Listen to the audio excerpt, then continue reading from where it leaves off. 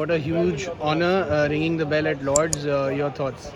I think it's a special occasion for me because this ground has a lot of history, and I do remember my first tour in '99, my debut tour to England, and I came to Lord's as a tourist. I took some pictures here, wondering like, will I ever get an opportunity to play at Lord's? And I did.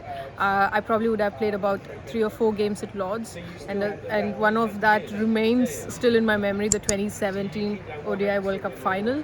But this is very special because you in a way it is recognizing all that have the game has given to me, and MCC in is reflecting, if I have to say that, looking at MCC giving an opportunity to all the cricketers from all across the board, former and current players, to get an opportunity to do this, and also acknowledging the contribution of women cricketers as well.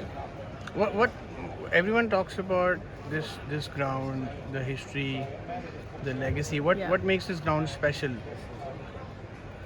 Well, if you ask me, the 1983 World Cup, winning at this ground, because that is something my first coach would show me a loop about, that game, Mr. Kapil Dev lifting the trophy.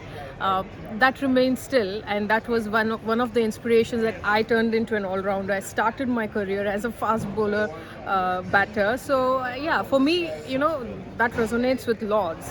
And then of course all the numbers and all the trivia that is associated with this ground.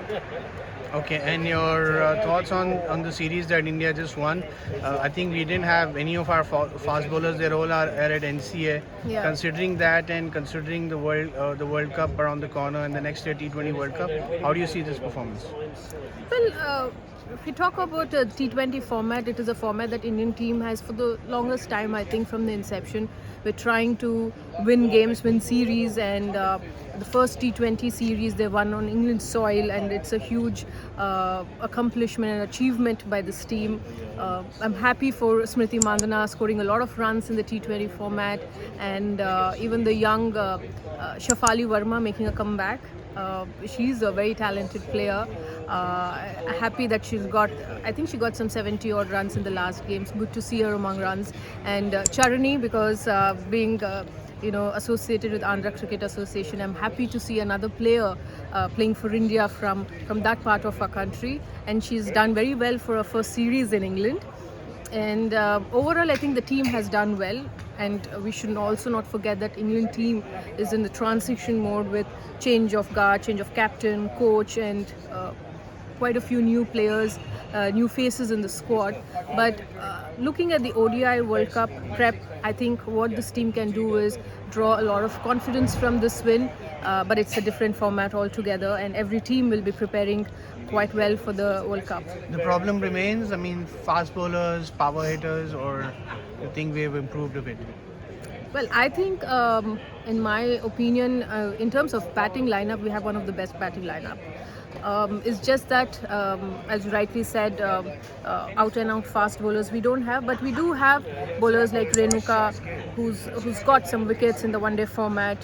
Pooja Wastrakar, after the T20 World Cup, she hasn't, maybe because of the injury, she hasn't got a game yet. And if we are looking at having a good World Cup, we need to give all these fast bowlers who are in rehab some game time. So I think what we have is an Australia series, home series before the World Cup. So that series is going to be very important in perspective of how the team is going to prepare, or what the plan and strategy would be in the World Cup.